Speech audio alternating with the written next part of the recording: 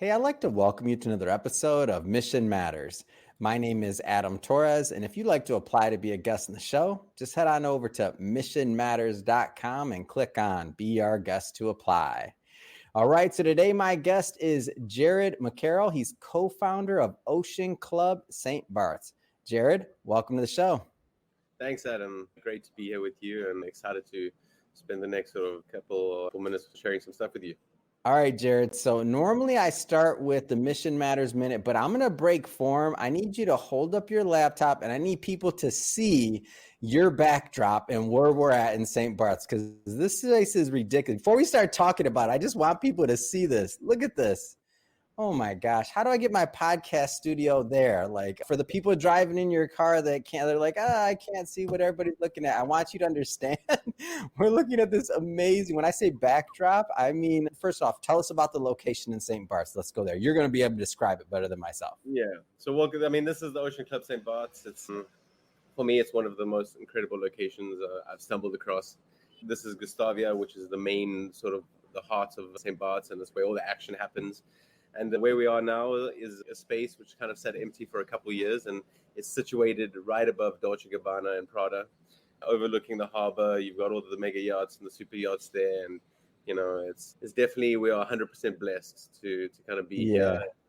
To be able to if you didn't catch that, overlooking the mega yachts and the super yachts, and we know Dolce & Gabbana, we know they choose terrible real estate locations, right? So yeah, right. Yeah. So you're in the heart of it all. You are. It's amazing. And if anybody driving in the car wants to see what we're talking about, then check out the YouTube channel and you'll see the video too. But all right, I had to break form on that. I rarely do that, but I want everybody to see where you are at and just to see the location. So now, back on track for the normally scheduled interview. We'll start this interview or continue it the way that we always do with what we call our Mission Matters Minute.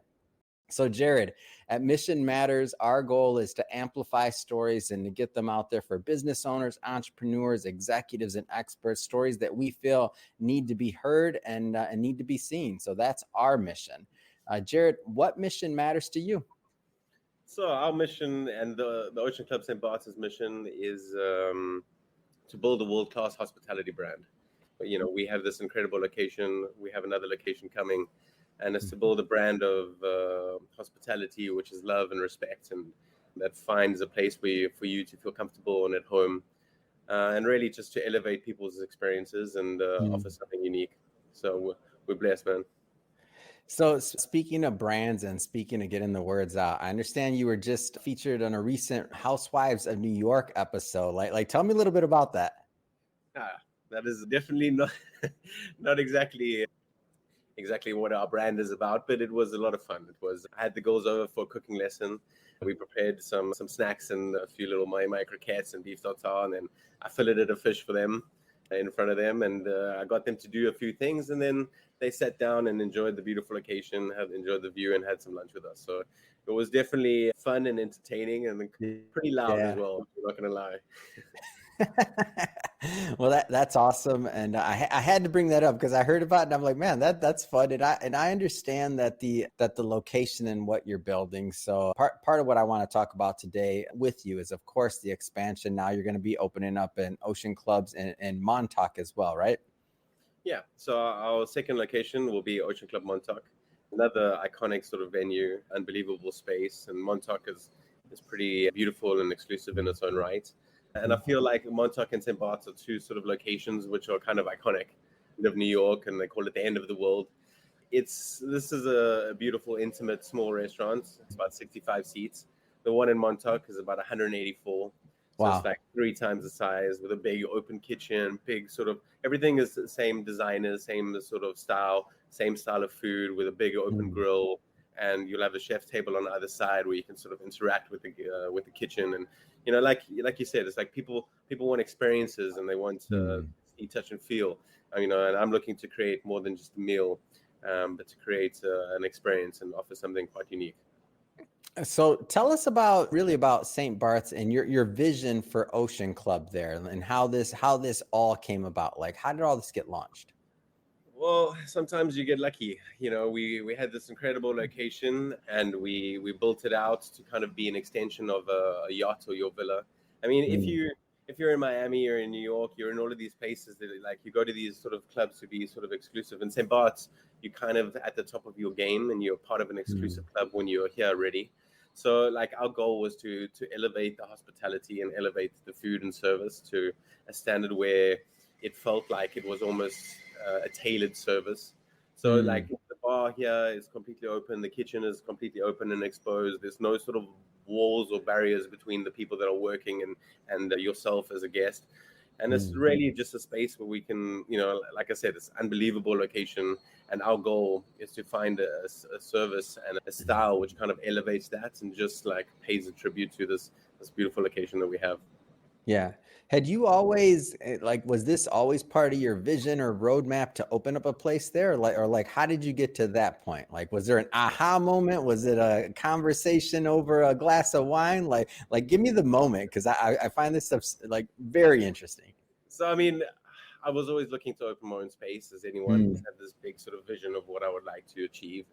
And I was the executive chef of Hotel 20, which is a small sort of 5-star real estate hotel just on the other side of the island.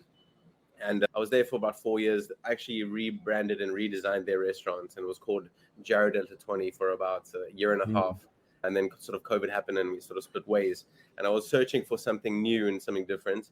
And then we stumbled across the space and we were like, oh my gosh, this is incredible. And then I was cooking. I was at that time, I was a private chef trying to just provide for my family and trying to find ways while I was building the next sort of chapter of my life. And I stumbled across somebody who said, okay, I like what you're doing. And I think it's an interesting concept and we'll invest and we'll give you the money. So it was like, it happened like this. I just found my partner. Wow.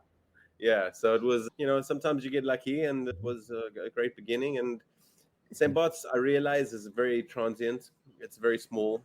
And it's tough to get recognized. It takes a while because, you know, if you're in New York, there's a huge mass of people. This is an 8-mile long island.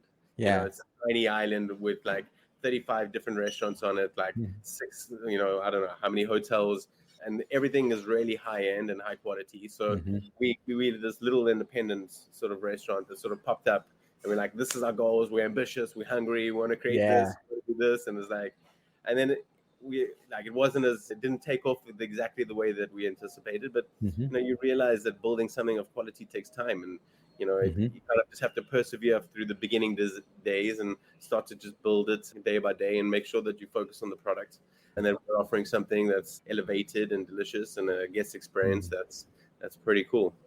Yeah. What keeps you and what kept you, I should say, as well? And the reason I asked this question, by the way, a lot of business owners, entrepreneurs, like people that watch this, I mean, I like to say that this, another name for this podcast could be the Keep It Real podcast, because a lot of entrepreneurs watch this. So I get all the stories and listen to this. So like, what kept you strong, like during that transitionary period of like, what's next in COVID in the middle of all this? Because everybody was going through their own thing. Like, what kept you strong at that time? You know, I heard this amazing quote, like, in order for us to define what success is, we need to have or in order for us to be successful, we need to have a definition of success. And, you know, somebody told me once that success is the progressive realization of a dream. You know, so it's like, first of all, we need to have this dream. Now, I've always had a vision of what I want to accomplish. I've always sort of been plugged into that dream, and I kind of see it, I feel it. And it's like, if you have this dream and you believe in it, then like the ups and downs are kind of, it's okay, because the down days, you'll have up days, down days, but at the end, you know that you're heading in a direction. I think it's like when people don't have a dream and they don't have a vision, they kind of get lost in the sort of day to day. How do you hit a target that you cannot see? You know, it's kind of impossible to throw something and saying like, I missed it, but there's no target. So I think when you have a dream and you kind of understand that you're working towards this, and you know, even when it's difficult, if you just continue to take the steps and do the work and believe in that vision, it kind of gets you through. But if you don't know where you're heading, those dark days can kind of seem harder. Yeah. Amazing. So I want to jump in around a little bit here. So for everybody watching this, like when I did the warm up call, we always schedule a time for me to talk with guests before we bring them on the show and kind of figure out the content, things like that, and what points we want to hit. And Jared was explaining to me like the culinary experience, and I don't claim to be. I'm a foodie wannabe. Like I don't always know what I mean. I just like food. I mean, I'm a wannabe. And Jared's explaining like the culinary experience and everything else, and this is how I learn. And so I'm looking at your Instagram and you're describing like the dishes, whether I'm probably going to butcher the names, but I know one looks like an island, one looks like a tree. Like, talk to me about all of like what went into that and kind of some of your concepts for this. Cause it's quite amazing when I checked it out. And by the way, everybody go check out Jared's Instagram as well. Real quick, before you answer, Jared, what's your Instagram again? Cause I just follow you. I don't remember the handle. It's at Jared_McCarroll. Wonderful. So easy. There you go. Go check this out so that when Jared's also explaining this, you can look at it too, and you're gonna be amazed. So again, go back to like the culinary experience part of this. First of all, I appreciate that. I mean, for me, being a chef is like sort of an artist, and like as your plate is your canvas. So I have a few signature dishes which I've had for a couple of years and sort of like built them up. I always start with something and then I try and develop it until you kind of have this sort of idea. So there's a couple dishes that don't change. One of them is our island. So it's actually like the shape of St. Barths, and it's like different textures of onion. So we have like caramelized onion, which is like this slowly cooked lyonnaise, or what do we call it? And like we cook it for like 2-3 hours until all the sugars sort of caramelize, and it's completely soft. Then you have like pickled onions on top. Then we put some bacon jam, crispy shallots. You got some chive all around it. And then we take an onion consomme, which is made by using a very powerful vegetable stock and infusing it with like roasted onions for like 12 to 14 hours. So there's only like 5 things on the plate, but like everything sort of mellows together. And working on this island for like the last 6 years, you realize that it's tiny, nothing grows on it, and you kind of have to think on your feet. So like I've had to use ingredients like the onion, which is the island, and then the tree of life, which is the broccoli dish. So it's like different textures of broccoli. You got broccoli couscous with pumpkin seeds and sweet lemon, and artichoke soil as your soil, and then you got shiitake mushrooms as your birds, and like lemon gel as your sun. And it's a pretty visual tree of life, and it's completely vegan. It's completely from the earth. So those are like 2 of the main ones. We have a beef and beetroot dish where like I take this smoky beetroot ketchup, and it's like a little bit acidic, tastes like an incredible barbecue sauce. And then I have a red snapper tartare, which I've also sort of has been like one of my signatures. And it's like taking a red snapper and then we salt it slightly. And by salting it, it changes the whole texture to the fish and it becomes a little bit more sticky. And then we put it into a ring. It's got about 8 grams of caviar. You have like 9 dots of some sweet lemon. You have candied lemon on top. And then I pour a horseradish cream and a dill oil on the plate. And it kind of separates and makes this like white and very dark green sort of color. And then I finish it with the crispy fish scales, which is like, when I'm like, people look at me like, what are you serving? It's like, no, it's the fish scales. So it's a technique I learned in geranium. And it's literally like taking the scales, you wash them, and then you deep fry and dehydrate them. And like, it's got very little flavor, but the little textures that it adds to the dish are really quite cool.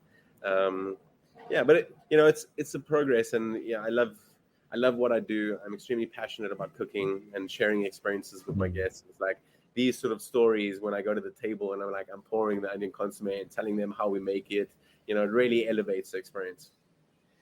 I knew when I asked you that question, you're going to make me hungry again every time, Jared. It had to be done. That's me sacrificing for the audience right there. Like had to be done, but it looks delicious. You do that again, yeah. So I was looking at this and I say this kind of in jest, but not really. But so the expansion to Montauk, are you bringing the island dish there? Do you have some other things up your sleeve? Is it not decided yet? Like, I'm not putting you on the hook here, but what can you tell me about that side of things? I mean, it's kind of hard to bring an island dish. That's what I thought. I was going to assume that, but man. Yeah, and look, Montauk is a different beast. It's like this is a small, intimate, refined restaurant. Of course, Montauk is going to be like a machine. It's like 184 seats, 500 covers a night. Like getting everyone in and like creating like this sort of like ambiance of like a theater kind of thing. So we will have the same quality of food. Yep. Maybe the amount of steps will be slightly less because we cannot have people waiting 45 minutes for an entree Yeah. or for a starter. So we will be bringing some of the dishes, but I will have to think about ways that I can refine them and make it easier to execute so that we can offer the same sort of experience. Yeah, yeah. I just had to throw that out there because I was like, no, he's not gonna. I knew you weren't gonna be able to, but I'm trying to get a little some teasers here about what you have planned, and then for my own self interest, which this is me saying it, not Jared. I'm like, man, when's the LA version coming? I know you haven't even opened Montauk first. I understand, but if I get to cast a vote, and if my opinion matters, which it probably doesn't, Jared, then I'm voting on LA next. Okay. Yeah, I mean, ideally, we'll see. The most important thing is to build these businesses strong. Ocean Club St. Yeah. Barths first, Ocean Club Montauk second. Build teams, creates a love. I mean, for me, this form of hospitality that I'm trying to build and this brand is about appreciation and appreciating our guests, but also appreciating our staff. Like, how do we build them? How do we get them to the next level? Because if we appreciate and praise our staff, they arrive at work feeling important and like that the job that they're doing matters and that we care about them and our work, then they'll surely pass it on to the guests and offer that to the guest experience. So who knows, maybe I'll be in your neck of the woods in a year or two. It's everything is open, and we'll take this brand where we can find beautiful locations and beautiful people. So for sure, I'll never say no. All right, amazing. And I do actually want you to go a little bit further in that thought process of the staff and the culture that you're trying to create to obviously create that high level of service that you're doing at St. Bart's, and really not even just service, but that experience that you're creating. Because obviously no one person does it by themselves. Like, what goes into that? Like, how do you pull that off? Yeah, I mean, we are Ocean Club St. Bart's' success is not because of me; it's because of the people that are working inside the space. So for me, it's building leadership and like making people feel important, giving them the care. I mean, I give leadership training, and in the training, I'm talking about it doesn't matter what your title is right now. You can lead without a title. It's one of my books by Robin Sharma. He talks about being a leader without a title. It's a great book, and it's the same. It's like if you just come to work and you feel important.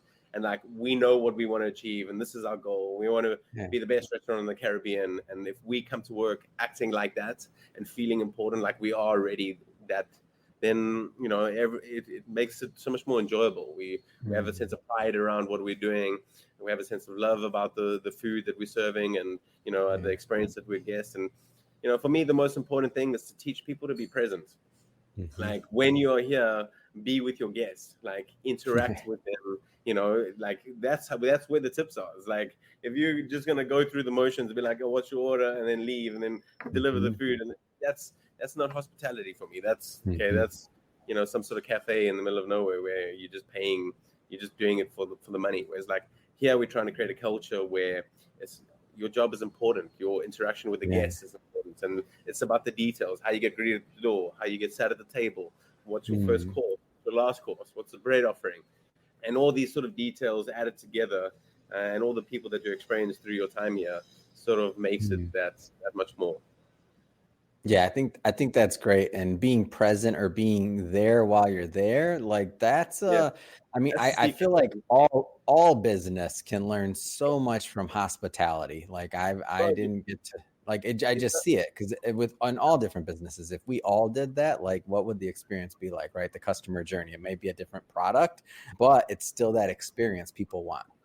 Yeah, I mean, it's not even in your business, in your day-to-day life. Like we're as humans, we're always looking to the next thing. We're like in a rush, like everyone's rushing from here to there and rush. Just like calm, be present, like enjoy the moment, like be here. Like when you're with your guests, be with your guests. Don't be with your boyfriend 2 hours later or at the pub or wherever. It's like, and then when you're at the pub, you want to be there. It's this incessant need to kind of the next moment's going to be better. Like learn to enjoy the present moment because that's where life is.